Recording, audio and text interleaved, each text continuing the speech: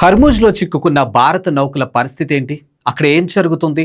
Hormuz జలసంధి వద్ద ప్రస్తుతం 15 భారత నౌకలు చిక్కుకుపోయినట్లు సమాచారం. వీటిలో కేవలం సాధారణ వస్తువులే కాకుండా దేశ ఇంధన అవసరాలకు కీలకమైన ఎల్పీజీ, ఎల్ఎన్జీ, చమురు మరియు కెమికల్ ట్యాంకర్లు ఉండటం ఇప్పుడు దేశవ్యాప్తంగా ఆందోళనకు దారితీస్తోంది.